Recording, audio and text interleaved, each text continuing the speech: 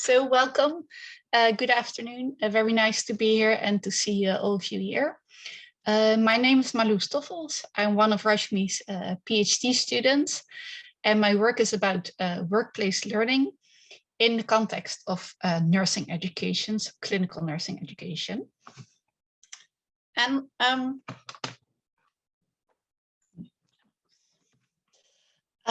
when we talk about programs that have, on the one hand, that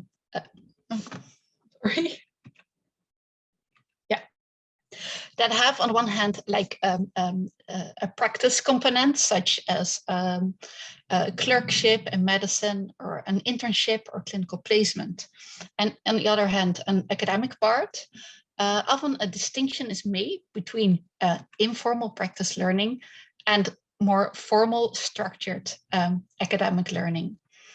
And at the same time, that the practice component is quite often considered a black box. That is, when learning is more like a byproduct of working, happens in an authentic context.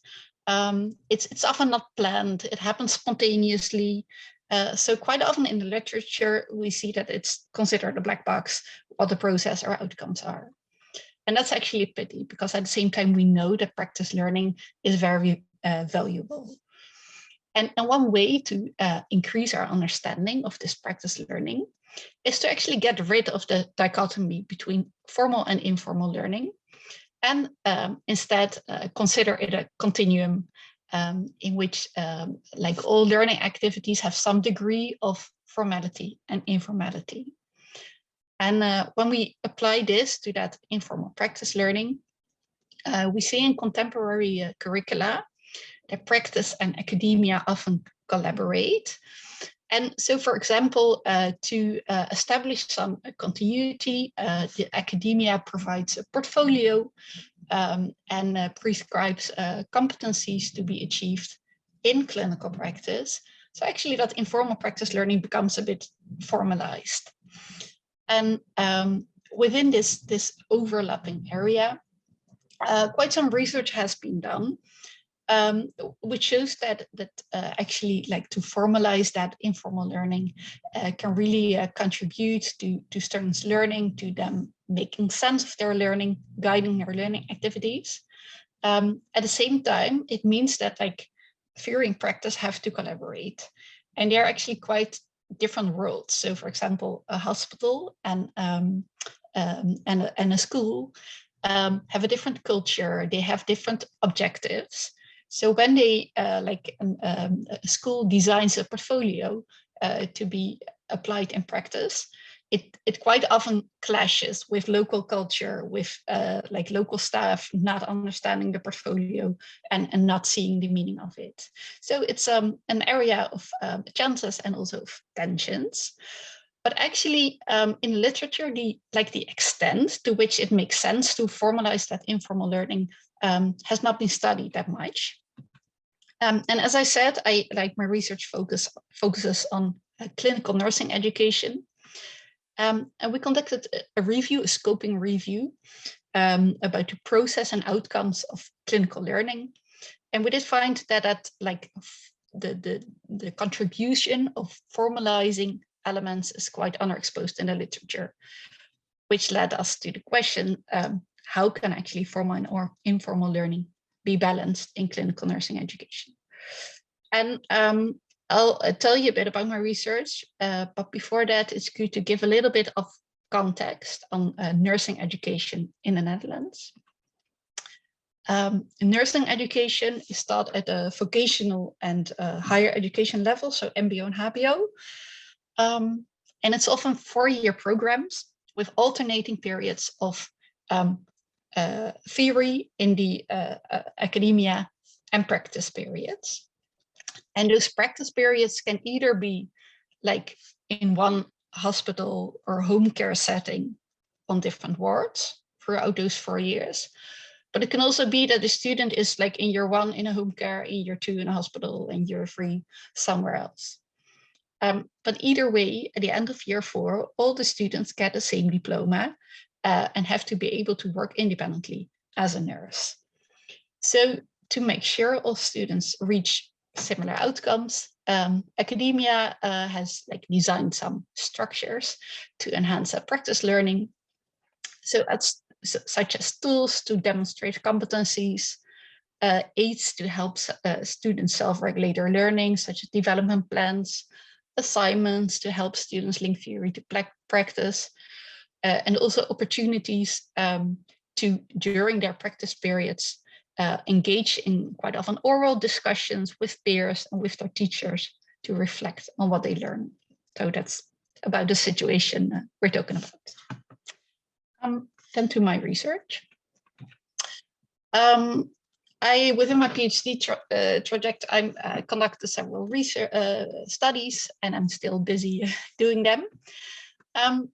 First, we did a qualitative phenomenographic study in which it was an interview study with different stakeholders, such as students, supervisors, mentors from school, to find out how they conceive both the process and the outcomes of clinical learning. In another qualitative study, we interviewed students and we had them keep a diary of their learning within clinical practice to see how they learned, and in particular, how they made sense of discontinuities, for example, between school and practice they encountered. We also did a quantitative study about how learning climate affects students' self-regulated learning behavior. And we're planning to collect data on a final study, really zooming in on specific tools and aids that are designed to bridge between theory and practice, and how their uptake in practice is, and what the requirements are for successful tools. So these studies kind of together gave us some answers about the balance between formal and informal learning. And yeah, I'll show you like in the middle, but I just showed you some like formalizing elements that are offered to students to learn in clinical practice, the same as I just showed you. And let me start with some good news. First, having, for example, practice assignments and formats really gives students the agency and right to learn. So for example, when they can go to their supervisor in the morning and say like, yeah, I want to work on this assignment, I want to see such and such patients, it really helps them to actually engage in learning and not only perform tasks. Sometimes it can also really lead to like deep learning when you, for example, have an assignment about a certain medication and to like really search how it works and what the background of it is. It really helps them to make sense of not only like engaging in tasks, but really to know why they do it, how they should do it. And eventually it can even help like the entire nursing ward they work on, because sometimes students learn skills and knowledge such as evidence-based practice that is not really practice actually in the work in the ward they work on. So when they, for example, present their assignments or collaborate on it with supervisors, it can really help to advance nursing care on a ward. And then when they engage in reflections with their mentor and their peers, it really helps them make sense of their experiences. At the same time, there are some downsides to those formalizing elements.